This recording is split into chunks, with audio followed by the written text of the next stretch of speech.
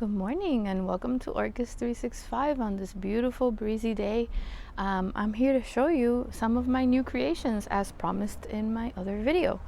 So without further ado, because I also have a small little potting project to add to this video, I'm gonna start off with my most favorite creation. And I want to show you my Rene Marquez that I have been growing here since November. And this is a pot that I designed in my software and printed with PLA plastic and made it come to life. And I have established very successfully this orchid. I have a few other designs, but I am obsessed with this one and I will show you why. Now, I have one here that doesn't have an orchid inside, and I want to show you what I did with this. First of all, it's already pre-printed with holes in every corner. Not only do the bottom holes serve as drainage, but when I decide to print it without the bottom, I can make it a Vanda sleeve, or I have turned it into a moss pole.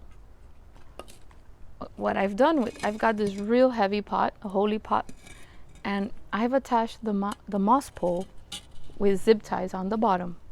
See that? Now, my moss poles usually have a stake printed for the bottom. And remember, I'm trying this for the first time, okay? So, with this one, I'm going to do something different. I'm going to use it for my brand new baby Renanthera Marisette Bryn. Now, if you follow Mose, which I'm sure we all do, he released these about a week ago, I believe. And these are award-winning, beautiful Renantheras. Now, these are seedlings, and he had a promotion for $25. And if you bought two, you received 3. So I have 2 beautiful babies to establish on my creation. And of course, my mom got hers because I always buy mom orchids. You guys know this if you've been following me for a while. So when I was creating this moss pole, I was like, you know what? I'm not going to probably fill this one with moss, but I want to establish these, even though I know they're going to get gigantic, in a place where I can pick them up and enjoy them and put them, you know. So I can also keep printing and adding to the top as they get taller if I please. And if it doesn't work, they'll go in a new pot. But you know me, always pushing the limits. So yeah, this one is gonna be in my shop in March, and with color options. And again, see, drainage hole, you can hang them. I can also print them completely bottomless. We can mount on all the angles. That's one that I want to try next. I have a Vanda in a sleeve, and I'm gonna just at the end of the video record her so you can see.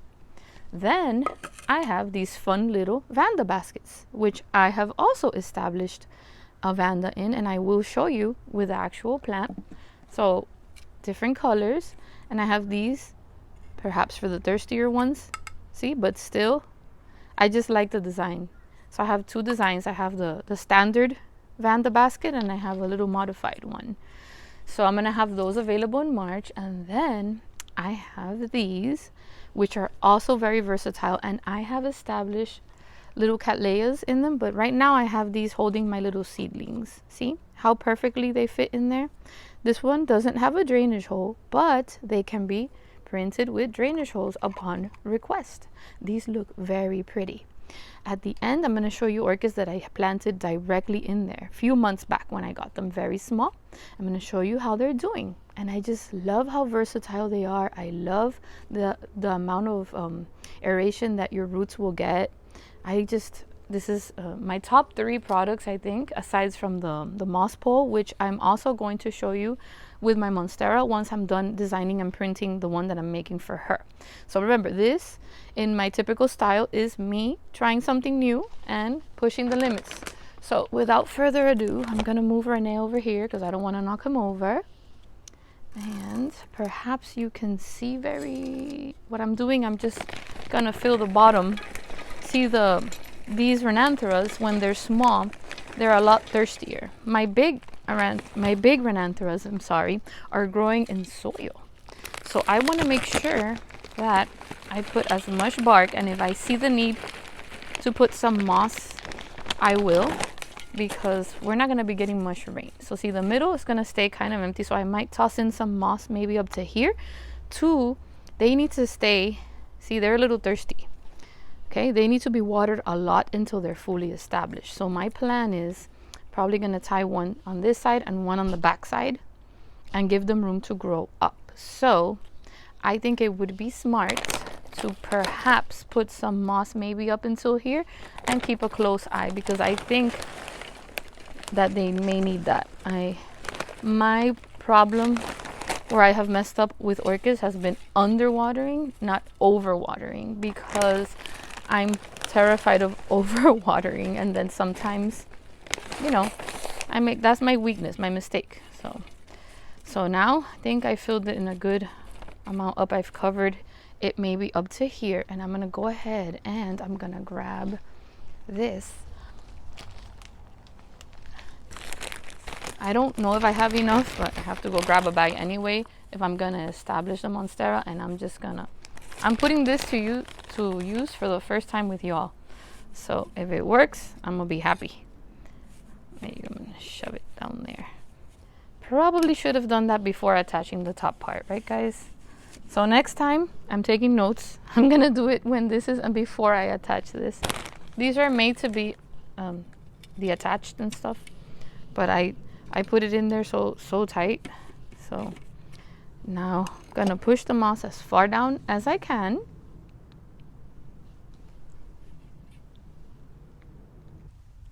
All right guys, so I found the best way to do it. I found something to push it down with, and remember that when it gets wet, it'll probably, there you go. So what I've done is I filled it pretty much up to here, and I'm going to see now I'm thinking I filled it with the moss, if this is gonna work.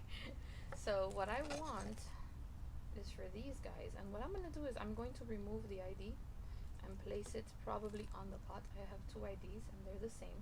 What you want with these Rhinantheras is you want the roots to touch the media, to make sure that they are drinking enough water. So what I'm going to do is I have these little green ties that I buy for the plants, and I'm going to run it. And again, this is what I love about this design. The moss is actually helping me. I need to curve it a little so it can come back out. Run it behind here, and I'm going to tie them one on either side. Go, I did it, guys. See this? I tied it up, and I'm gonna put her, I'm gonna lower the wire a little, and I am not gonna hold her too tight, okay? I'm just gonna do enough so she can sit. You don't want to squeeze her, because sometimes they grow roots, and you don't want to put the wire very close to the middle. So you want to stick to the base without hurting any roots or any leaves or maybe getting in the way of anything that's growing new, okay? So I'm gonna here go as close to the base as possible, and never put it too tight. Always loose, okay? I'm gonna turn it a few times. It's just for the sake of holding her in place, because she's a baby. Once she establishes, you can even snip it off again. It doesn't matter. So with that, see? Let me see. I'm going to bring the camera closer because I'm going to show you how it looks.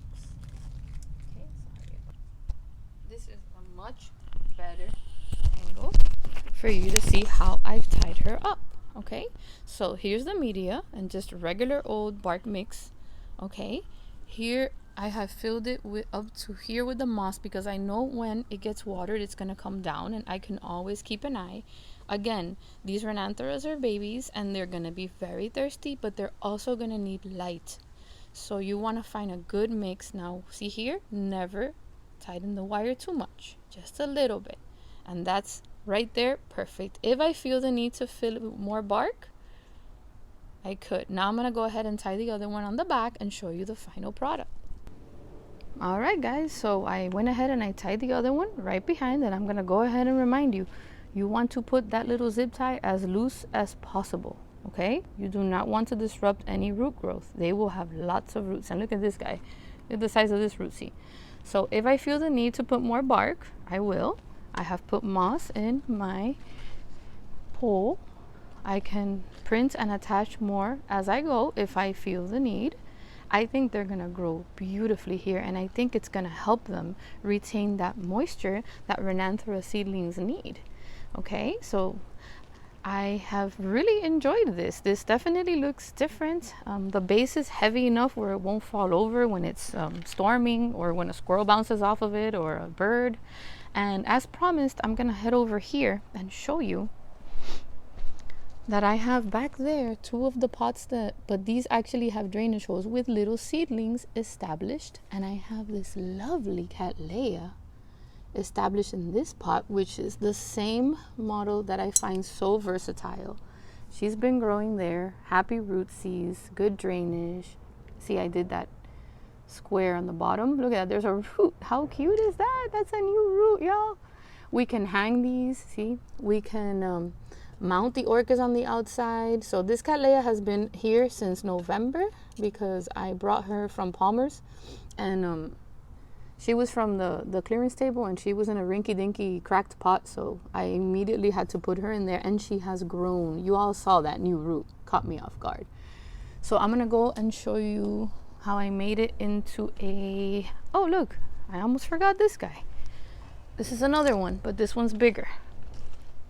Here I have established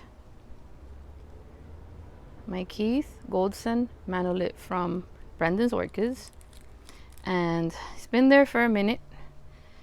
This one has a little drainage hole, and look at the new roots that it has grown since I have put it there. See that? I'm gonna have to do something about this tag. I'm gonna lose it. Beautiful. I'm gonna go take him over there now. Glad I bumped into him. It's a different design. Almost forgot. And if I can show you so you can see the size difference. See this one side by side. See? I'm looking forward to taking them in while they're blooming. It's gonna look amazing. So I'm gonna go ahead and show you as I end my video, and thank you so much for joining me. The same design turned into a Vanda sleeve. I kept everything the same except it has no bottom. See? And the same way I'm hanging the Vanda in it, using it for a sleeve, you could hang it sideways and mount all on the outside. And I've been putting them to the test for a couple of months now. I refuse to sell or make anything that doesn't work for your orchids, because I'm designing them around the needs of the orchids, and it's something I'm going to probably do every spring. And then I'll go back to my other designs and my signs and my earrings. But I feel that spring is here soon.